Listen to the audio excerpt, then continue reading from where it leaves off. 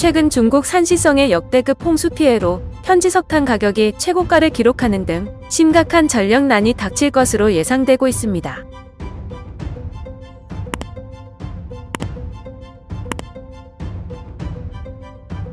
12일 현지 매체 신화통신에 따르면 중국 북부 산시성에서 이달 들어 내린 폭우로 인해 총 15명이 숨지고 3명이 실종된 것으로 집계되었습니다. 뿐만 아니라 산시성 내에 사망 실종자 18명을 포함해 176만 명의 이재민이 발생했고 12만 명 이상이 거처를 떠나 대피했습니다.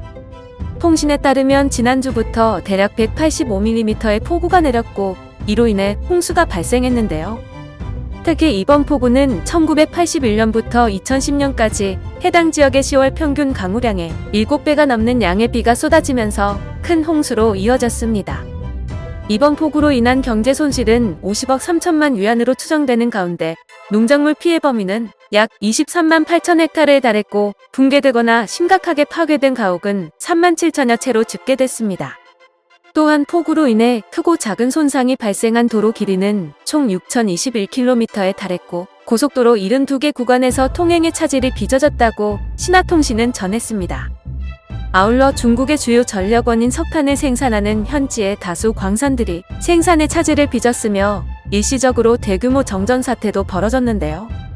이 와중에 랴오닝성과 산시성, 간수성, 베이징 백화산 등 중국 일부 지역에서는 갑작스러운 가을 한파에 최고 8cm 폭설이 쏟아졌습니다. 따라서 예정보다 난방 공급이 일찍 시작되었고 중국의 전력난이 4분기에도 이어질 것으로 예상되는 상황입니다. 현재도 최악의 전력난을 겪고 있는 중국은 다가오는 겨울을 대비해 석탄 수입과 생산을 늘리고 있지만 석탄 가격이 사상 최고치를 기록하고 홍수로 인해 광산이 폐쇄되는 등 악재가 겹치고 있기 때문입니다. 이번 홍수 피해를 심하게 입은 중국 북부 산시성은 중국 유수의 석탄 생산지인데요. 앞서 중국 정부는 석탄 최대 생산 지역인 산시성 200개 이상 광산의 생산량을 늘리고 동북부 지역에 우선 공급을 지시한 바 있습니다. 하지만 현재 최근 이어진 폭우로 약 60개의 탄광이 폐쇄된 상태입니다.